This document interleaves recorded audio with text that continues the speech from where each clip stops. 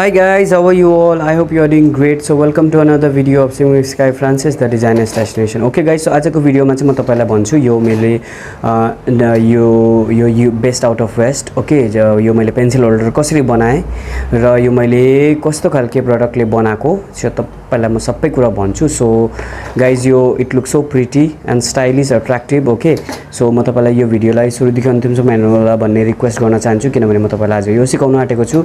Okay अनि तपाईले आफ्नो टेबलमा राख्नुहोस्, आफ्नो रुमको टेबलमा राख्नुहोस्, आफ्नो क्लासमा राख्नुहोस्. It will look so nice. Okay so यो मैले कसरी बनाएको त सो गाइज त्यो जान्नको लागि चाहिँ तपाईले भिडियोलाई सुरुदेखि अन्तिमसम्म हेर्नु होला अनि सिक्ने कोसिस गर्नुहोस् अनि बुझ्नु भएन भने मलाई प्लिज कमेन्ट गर्नुहोस्. Okay guys so now without any due let's get started.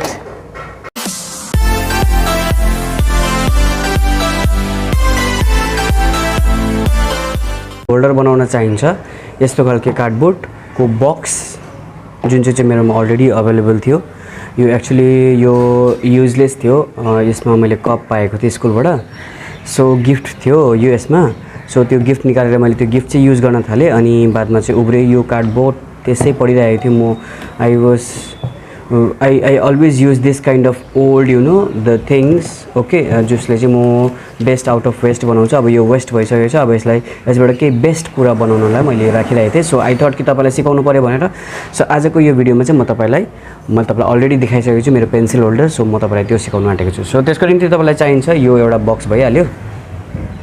Water colour यो चाहिँ अप्सनल हो. तपाईँकोमा वाटर कलर छैन भने जुनै पनि कलर तपाईँकोमा छ. एन्ड स्केच छ भने स्केच, क्रेयन्स छ भने क्रेयन्स, जस्तो कलर छ तपाईँले त्यस्तो चलाउनुहुन्छ. मेरोमा अहिले यो वाटर कलर छ सो म यो वाटर कलर चलाउन आँटेको छु. अनि यो फेभिक्रिलको ग्लु छैन भने तपाईँकोमा सुपर ग्लु भए पनि हुन्छ. यो चाहिँ यो फेब्रिक ग्लु हो. मेरोमा सुपर ग्लु छैन सो म यो बुटिक गर्दा यही फेब्रिक ग्लु चलाउँछु. सो त्यसैले मैले यही युज गर्दैछु अहिले. अनि सिजर अनि some old papers. Okay so old पेपरको लागि चाहिँ म यो युज गर्छु. यो मेरो ओल्ड ड्रइङ कपी हो. यो यस्तो छ एकदम युजलेस भइसकेको छ. सो म यसको पन्ना च्यातेर नै यहाँनिर बनाउँछु. ओके सो कसरी बनाउने हो हेर्नुहोस् गाइज.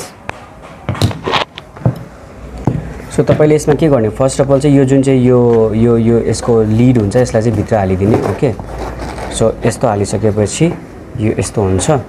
ओके यो यस्तो छ भनेर तपाईँले यसमा यस्तो डिजाइन आएको छ भनेर नसुर्ताउँदै हुन्छ. यो बादमा पेपरले ऱ्याप हुन्छ. सो अब के गर्ने यो 5 मिनटमा नै बनिन्छ guys. It's so easy. Okay so अब पेपर निकाल्ने तपाईँले म निकाल्छु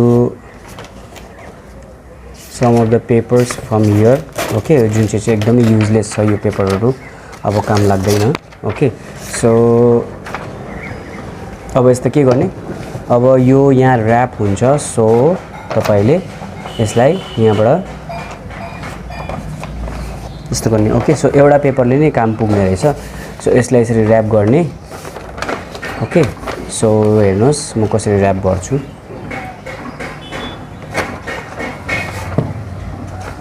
सो यसलाई म यसरी फोल्ड गरिदिन्छु यसको मिडल पार्ट खोजेर अनि यसलाई यसरी टालिदिन्छु. Okay so it will look nice. अब के गर्नुपर्छ अब तपाईँले यो पेपरलाई चाहिँ म यसलाई चाहिँ यहाँबाट बिचबाट यसलाई म काटिदिन्छु. ओके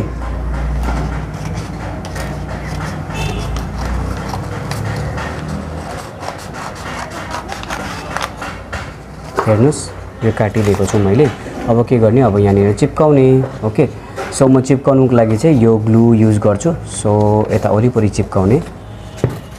सो म यो अलिकति फेब्रिक ग्लु लिन्छु अनि त्यसपछि यसलाई म यहाँ चिप्काउँछु. ओके गाइज सो यो चिप्काउनु एकदम इजी छ.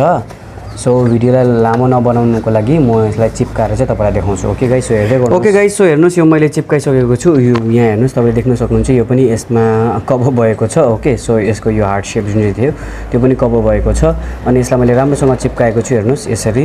ओके अब तपाईँले यस्तोहरू छ भनेर नसुर्ताउँदै पनि हुन्छ किनभने यसमा अहिले कलर आउँछ. सो यो सबै कभर हुन्छ. ओके सो तपाईँले हेर्नुहोस् यो भइसकेको छ अलमोस्ट.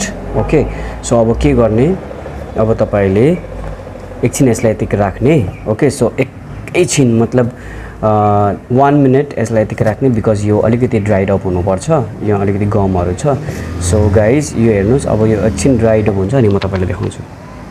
यो ड्राइड अप भइसक्यो. ओके गाइज सो म तपाईँलाई एउटा कुरा भन्न चाहन्छु. यदि तपाईँ चाहनुहुन्छ भने माथि जुन चाहिँ स्टिकर सेलो टेप हुन्छ, जुन चाहिँ कलरफुल सेलो टेप पाउँछ नि गिफ्टहरू ऱ्याप गर्दा युज गर्ने सेलो टेप, त्यस्तो तपाईँले यो माथि लाउन सक्नुहुन्छ। ओके, यदि तपाईँकोमा छ भने, छैन भने तपाईँले यसलाई यतिकै राख्दा पनि हुन्छ। बिकज मेरोमा छैन, सो म यसलाई यतिकै राख्छु। मेरोमा जे कुरा छ म त्यसले नै यसलाई बनाउन आँटेको। So that's why I'm calling this best out of waste. किनी बनाउनु हो भने त फेरि त्यो त केही न केही भयो, घरमा जे कुरा छ, जे कुरा वेस्ट छ त्यसले नै बनाएको मैले। सो मेरोमा त्यो सेलो टेप छैन, so I am not going to use that. Whatever I have I will use those things. Okay, so यो ड्राइड अप भइसकेको छ। अब के गर्ने, अब तपाईँले कलर लिने अनि